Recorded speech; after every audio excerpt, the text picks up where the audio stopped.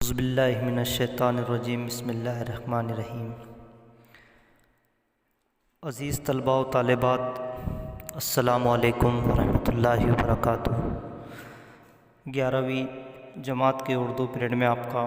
استقبال کیا جاتا ہے۔ ہم نے پچھلے پیریڈ میں خاکہ نگاری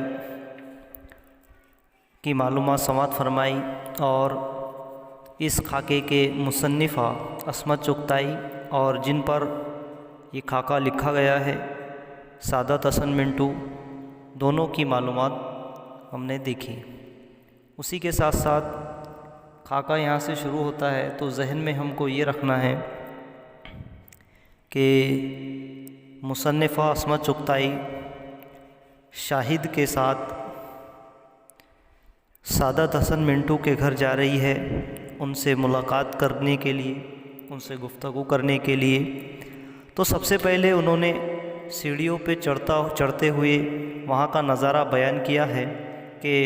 ایڈلفی چیمبر کی 24 سیڑھیوں پر چڑھتے ہوئے، یعنی کہ جو چیمبر بنا ہوا تھا سعادت حسن منٹو کا تو وہ اوپر تھا اور سیڑھیوں سے، لوہے کی سیڑھیوں سے جانا تھا۔ تو لوہے کی سیڑھیاں چوکھوٹ بنی ہوئی تھی، چوبی یعنی کہ چوکھوٹ بنی ہوئی تھی۔ تو مصنفہ کہہ رہی ہے کہ مجھے گھبراہٹ سی ہو رہی تھی، جیسے کبھی امتحان کے ہال میں داخل ہونے سے پہلے ہوا کرتی تھی۔ یعنی کہ مصنفہ یہ بات بتا رہی ہے کہ عصمت چغتائی مصنفہ کو امتحان دینے سے پہلے، امتحان ہال میں جانے سے پہلے جو گھبراہٹ ہوا کرتی تھی، ویسے ہی سعادت حسن منٹو کے گھر جانے اور سیڑھیوں پر چڑھتے ہوئے گھبراہٹ سی محسوس ہو رہی تھی۔ مجھے ویسے ہی نئے آدمیوں سے ملتے گھبراہٹ ہوا کرتی تھی۔ اور مصنفہ عصمت چغتائی کہہ رہی ہے کہ مجھے تو ویسے ہی جب میں نئے آدمیوں سے ملاقات کرتی ہوں، ان سے گفتگو کرتی ہوں، تو مجھے ان سے گفتگو کے دوران ان کے سامنے کھڑے ہوتے گھبراہٹ سی ہوا کرتی ہے، گھبراہٹ سی ہوتی ہے۔ لیکن یہاں تو وہ نیا آدمی منٹو تھا، یعنی کہ سعادت حسن منٹو، جس سے پہلی بار ملنے جا رہی تھی، یعنی کہ سعادت حسن منٹو سے پہلی ملاقات تھی، پہلی بار ان سے ملنے کے لیے جا رہی تھی۔ میری گھبراہٹ وحشت کی حدوں کو چھونے لگی، یعنی حد سے زیادہ گھبراہٹ ہو رہی تھی اور آخری حد تک گھبراہٹ جو ہے تو آخری حد تک پہنچ چکی تھی، بہت زیادہ پسینہ چھوٹنے لگا تھا، ہاتھ پیر تھر تھر کر رہے تھے۔ میں نے شاہد سے کہا چلو واپس چلے، یعنی کہ سیڑھیوں پہ چڑھ رہے ہیں مصنفہ، گھبراہٹ ہو رہی ہے۔ اور پھر انہوں نے، مصنفہ نے، شاہد ان کے ساتھ میں جو تھے تو شاہد سے کہا چلو واپس چلے، شاید منٹو گھر پر نہ ہو، یعنی کہ بہانہ بنا رہے مصنفہ، یہاں پر واپس جانے کے لیے بہانہ بنا رہے کیونکہ ان کو گھبراہٹ سی ہو رہی تھی۔ مگر شاہد نے میری امیدوں پر پانی پھیر دیا، یعنی کہ مصنفہ گھر واپس جانا چاہتی تھی لیکن شاہد نے اس سے انکار کر دیا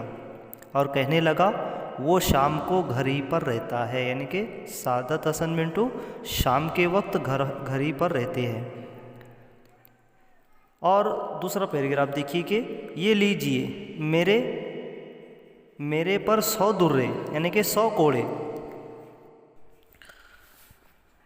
یہ لیجئے میرے پر 100 درے، یعنی کہ مجھ پر 100 کوڑے، مگر میں نے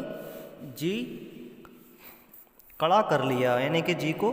چھوٹا کر لیا، ایسا بھی سوچا مجھے کھا تو نہیں جائے گا،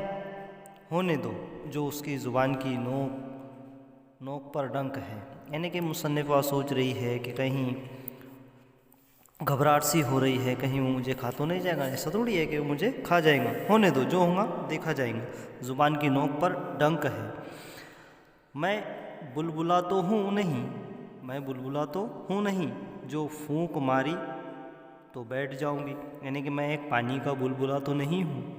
کہ جو ہم اس پر پانی کے بلبلے پر پھونک مارتے ہیں اور وہ غائب ہو جاتا ہے، پانی بن جاتا ہے، تو میں تو وہ نہیں ہوں، میں تو ایک جیتی جاگتی انسان ہوں۔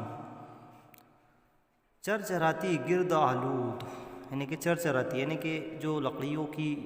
کرسیاں ہوتی ہے، پلنگ ہوتے ہیں، ہے نا، تو وہ پرانے ہو جاتے ہیں، قدیم ہو جاتے ہیں، تو ان کی آوازیں آنے لگتی ہیں۔ تو لکڑی کی سیڑھیوں پر جب مصنفہ چل رہی تھی تو لکڑی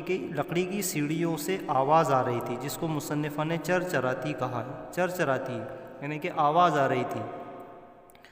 گرد آلود یعنی کہ اس پر دھول جمی ہوئی تھی، سیڑھیوں پر دھول جمی ہوئی تھی۔ طے کر کے ہم منزل پر پہنچے، یعنی کہ سیڑھیوں کو پار کر کے، سیڑھیوں کو طے کر کے منزل پر پہنچے، یعنی کہ سعادت حسن منٹو کے دروازے پر، ان کے فلیٹ پر۔ فلیٹ کا دروازہ نیم وا تھا، یعنی کہ آدھا کھلا اور آدھا بند تھا۔ ڈرائننگ روم نما کمرے میں ایک کونے میں صوفہ سیٹ تھا، ڈرائننگ روم میں ایک صوفہ سیٹ رکھا ہوا تھا۔ دوسری طرف ایک بڑا سا سفید اور صاف پلنگ پڑا تھا، یعنی کہ مصنفہ نے سب سے پہلے تو یہاں پر شاہد کے ساتھ جب وہ جا رہی ہے، سفر کر رہی ہے، تو سیڑھیوں کا ذکر کیا ہے، سیڑھیوں پر وہ چڑھ رہی ہے، اور 4-5 لائن جو اس کے ذہن میں آئے شاہد سے اس نے کہا تو وہ اس نے بیان کر دی ہے۔ اور جیسے ہی سیڑھیوں کو پار کر کے سعادت حسن منٹو کے روم کے قریب پہنچے تو پھر وہاں کا نظارہ بیان کرنے لگی کہ دروازہ آدھا کھلا اور آدھا بند تھا، دروازہ نیم وا تھا، یعنی کہ آدھا کھلا اور آدھا بند تھا۔ اور دروازے میں باہر سے ہی مصنفہ نے دیکھ لیا کہ ڈرائنگ روم نما کمرے میں ایک کونے میں صوفہ سیٹ تھا، دوسری طرف ایک بڑا سا سفید اور صاف پلنگ پڑا ہوا تھا، یعنی کہ رکھا ہوا تھا۔ کھڑکی سے ملی ہوئی ایک لدی فندی یعنی کہ بہت بھرا ہوا بڑی میز کے سامنے ایک بڑی سی کرسی میں ایک باریک مکوڑے کی شکل کا انسان اکڑو بیٹھا ہوا تھا۔ اس کی تصویر جو ہے تو آپ کو ویڈیو میں بتائی جائے گی، ویڈیو میں جب جیسے ہی آپ اوپن کریں گے تو اس میں ویڈیو کی شکل دیکھنا کہ سعادت حسن منٹو کرسی پر بیٹھے ہوئے اور اکڑو یعنی کہ پیروں پر۔ تو مصنفہ کیا بتا رہی ہے کہ کھڑکی سے ملی ہوئی ایک لدی فندی بڑی میز، یعنی کہ ایک میز رکھی ہوئی ہے، کھڑکی کے قریب رکھی ہوئی ہے، اور اس کے سامنے ایک بڑی سی کرسی ہے، اور وہی کرسی پر ایک باریک مکوڑے کی شکل کا انسان، یعنی کہ اس کی شکل کیسے بتا رہے ہیں مصنفہ کہ ایک مکوڑے کے مانند انسان، ایک دم بالکل دبلا پتلا سا انسان اکڑو بیٹھا ہوا تھا، یعنی کہ وہ کون تھے؟ سعادت حسن منٹو۔ تو فوراً سعادت حسن منٹو کہنے لگے آئیے۔ بڑی خندہ پیشانی سے منٹو کھڑا ہو گیا، یعنی کہ خوش مزاج ہسمکھ چہرہ لے کر جو ہے تو ہسمکھ پیشانی لے کر سعادت حسن منٹو کھڑے ہو گئے۔ منٹو ہمیشہ کرسی پر اکڑو بیٹھا کرتا تھا، اور مصنفہ عصمت چغتائی کہہ رہی ہے کہ منٹو یعنی کہ سعادت حسن منٹو ہمیشہ کرسی پر اکڑو بیٹھا ہوا رہتا تھا اور بہت مختصر نظر آتا تھا، یعنی کہ ایک دم بالکل چھوٹا سا نظر آتا، کرسی پر بیٹھنے کے بعد اکڑو بیٹھ جاتے جب ہم تو ایک دم چھوٹے نظر آتے، لیکن جب کھڑا ہوتا تھا تو کھینچ کر اس کا قد خاصا لمبا نکل آتا تھا، اور جب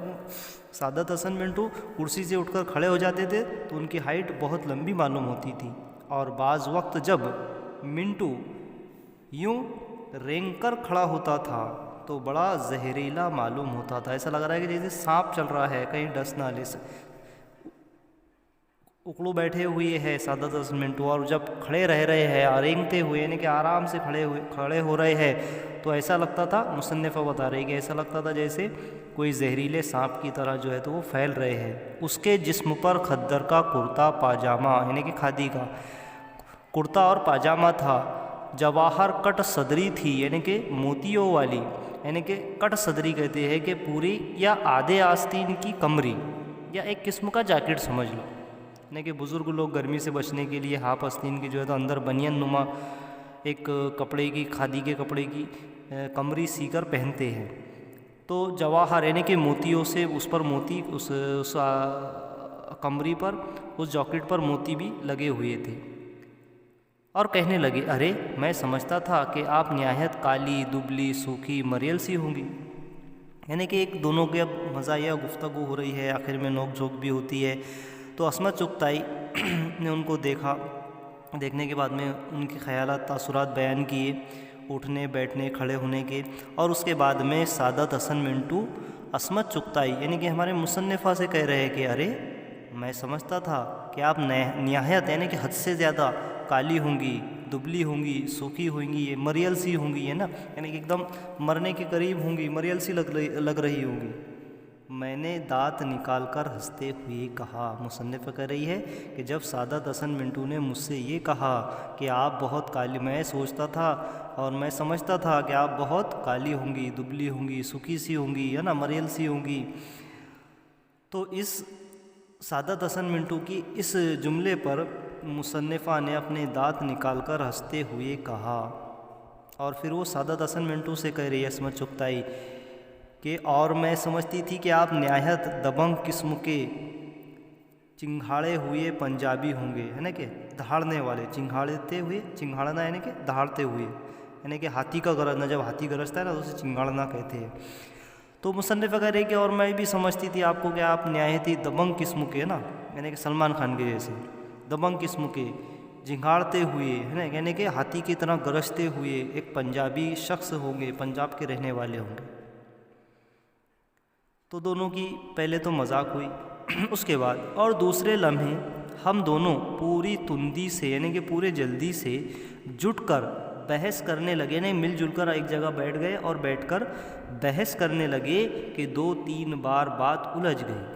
یعنی کہ پھر کیا ہوا کہ آپس میں دونوں کی بات الجھ گئی، بحث اس سے زیادہ ہونے لگی، 2-3 بار بات الجھ گئی، لیکن ذرا سا تکلف کہتے ہیں ظاہرداری، یعنی کہ نمائش کرتے ہوئے، نزاکت کرتے ہوئے ذرا سا تکلف باقی تھا،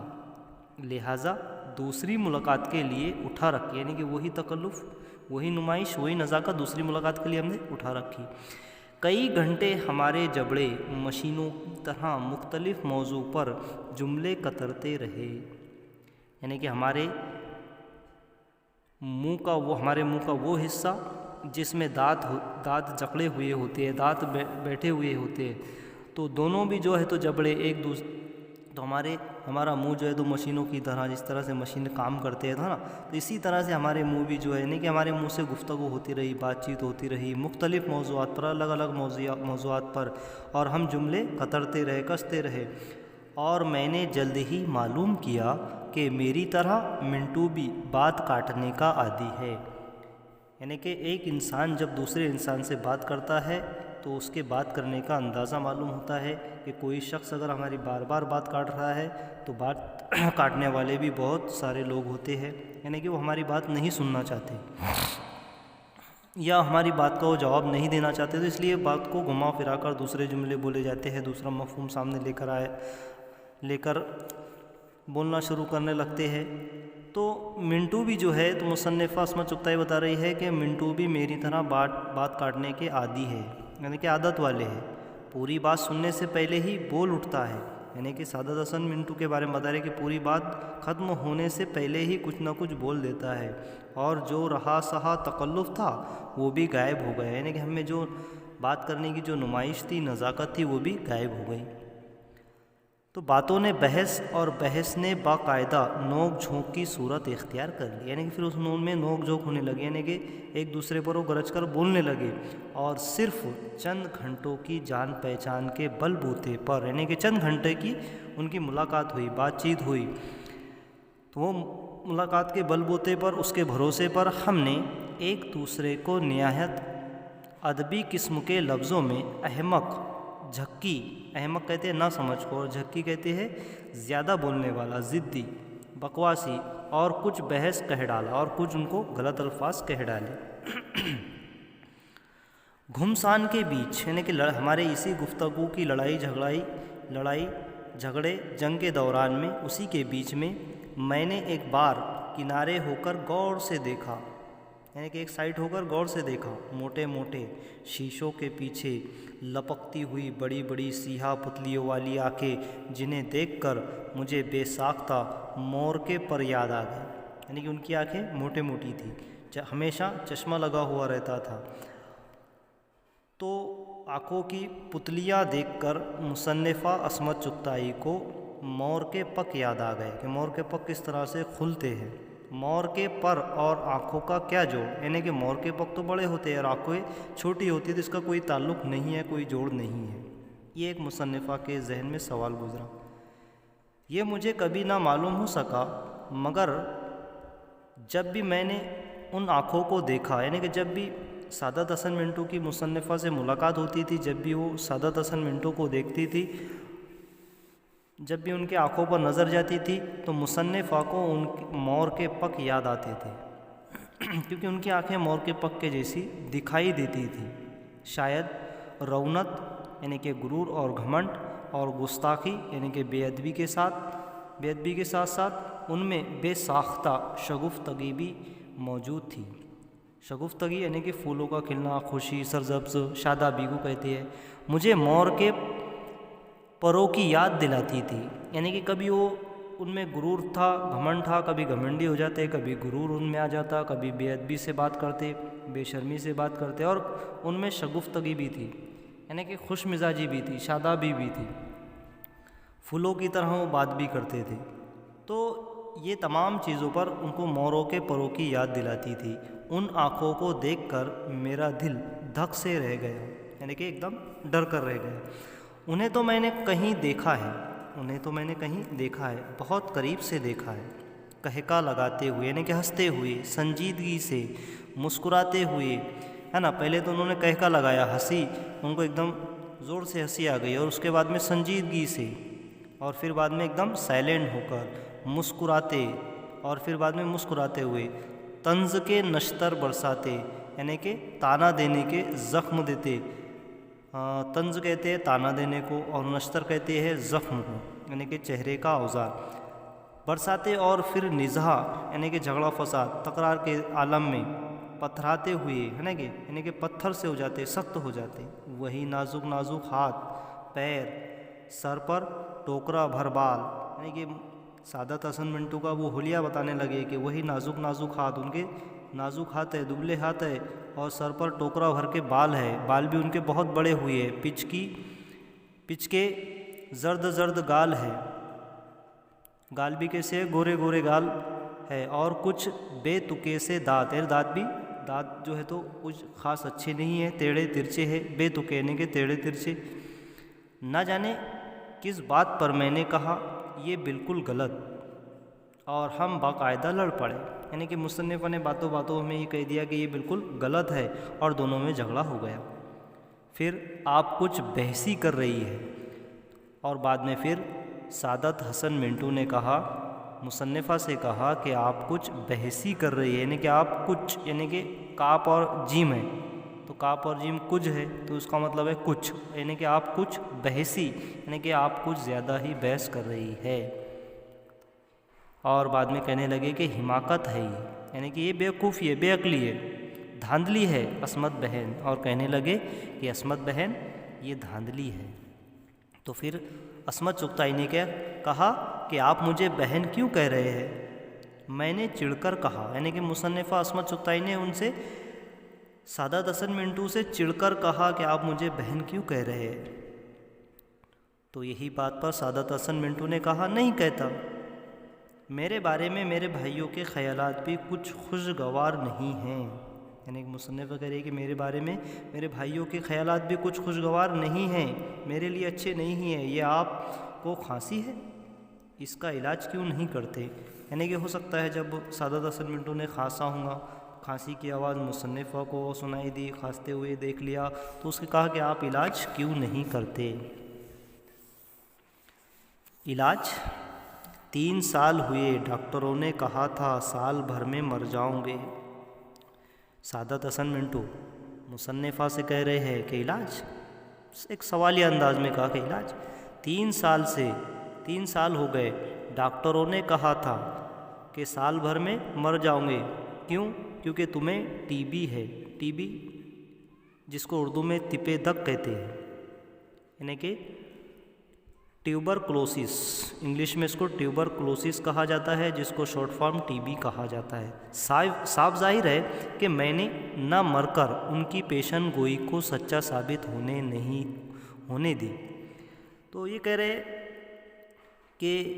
جو ڈاکٹروں نے پیشن گوئی کی تھی، یعنی کہ آگے کی بات بتائی تھی کہ آپ سال بھر میں مر جاؤں گے، لیکن اب 3 سال ہو گئے، اسی بیماری میں ہوں، تو صاف ظاہر ہے، یعنی کہ اس بات سے صاف ظاہر ہے کہ میں نے نہ مر کر ان کی پیشن گوئی، یعنی کہ ڈاکٹروں کی بتائی ہوئی، آگے کی بتائی ہوئی بات کو سچا ثابت نہ ہونے دی۔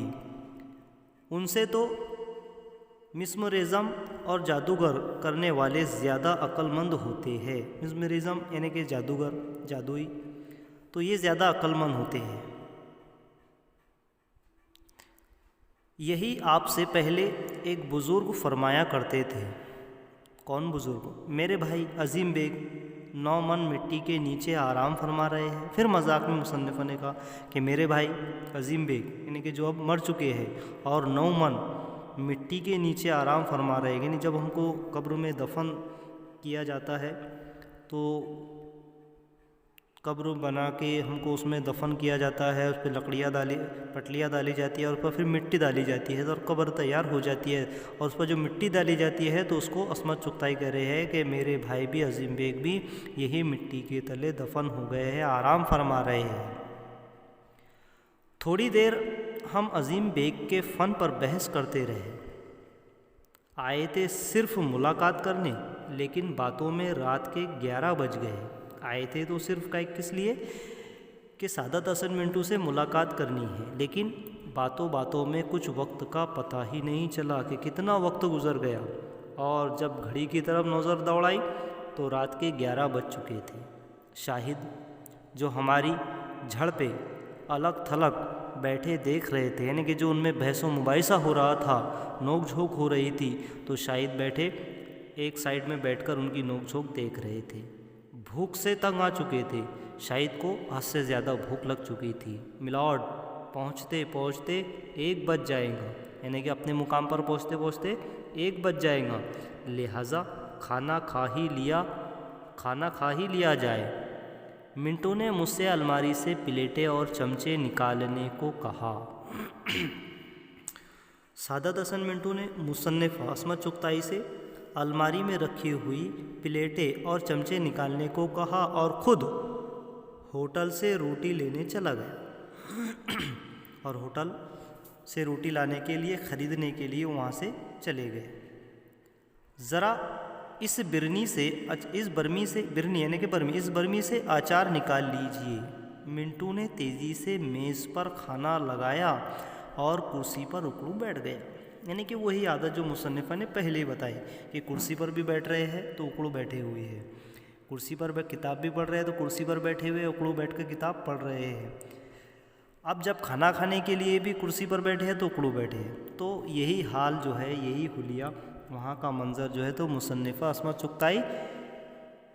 سعادت حسن منٹو کا حلیہ، وہاں کا نظارہ، منظر، ان کے بیٹھنے کا طور طریقہ جو ہے تو بتا رہی ہے کہ کھانا بھی کھانے بیٹھ رہے ہیں تو کرسی پر بیٹھے ہوئے لیکن اکڑو بیٹھے ہوئے ہیں۔ وہی میز جو دم بھر پہلے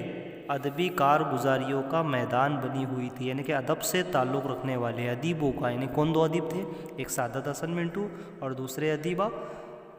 ادیب عصمت چغتائی، یہ دونوں کی یہی میز پر بحث و مباحثہ ہو رہا تھا، ان میں نوک جھوک ہو رہی تھی، ایک دوسرے کو تانا کس رہے تھے، اور وہی کچھ لمحوں میں جو ہے تو یہ کھانے کی میز بن گئی۔ ایک دم کھانے کی میز کی خدمات انجام دینے لگی، اور بغیر کسی سے پہلے آپ کہے ہم لوگوں نے کھانا شروع کر دیا، جیسے برسوں سے اسی طرح کھانے کے عادی ہو، یعنی کہ جب باہر سے سعادت حسن منٹو نے روٹی بھی لے کے آ گئے، برمی سے اچار بھی نکل چکا، الماری سے پلیٹیں چمچے بھی نکل چکے، اور میز پر تینوں کھانا کھانے کے لیے بیٹھ بھی چکے، تو پھر اس کے بعد کھانا شروع کرنے سے پہلے جس طرح سے ہم ادباً اور اخلاق کے طور پر بڑوں کو یا مہمانوں کو کہتے ہیں کہ پہلے آپ لیجیے، پہلے آپ شروع کیجیے نا، تو اسی طرح ایسا نہ کرتے ہوئے اور بغیر کسی سے پہلے آپ، یعنی کہ ایسا نہ کرتے ہوئے کہ پہلے آپ لیجیے بعد میں ہم لیں گے نا، ایسا نہ کرتے ہوئے ہم لوگوں نے کھانا شروع بھی کر دیا، جیسے ایسا کھانا شروع کیا جیسے کہ برسوں سے اسی طرح کھانے کے عادی ہو، یعنی کہ جب ایک فیملی میں گھر میں کھانا کھایا جاتا ہے تو پہلے آپ نہیں کیا جا سکتا ہے، کھانا سامنے آ گیا، کھانا شروع کر دیا جاتا ہے۔ تو عزیز طلباء و طالبات، اس کا تیسرا حصہ اور تیسرا واقعہ انشاءاللہ ہم جو ہے تو کل سماعت فرمائیں گے۔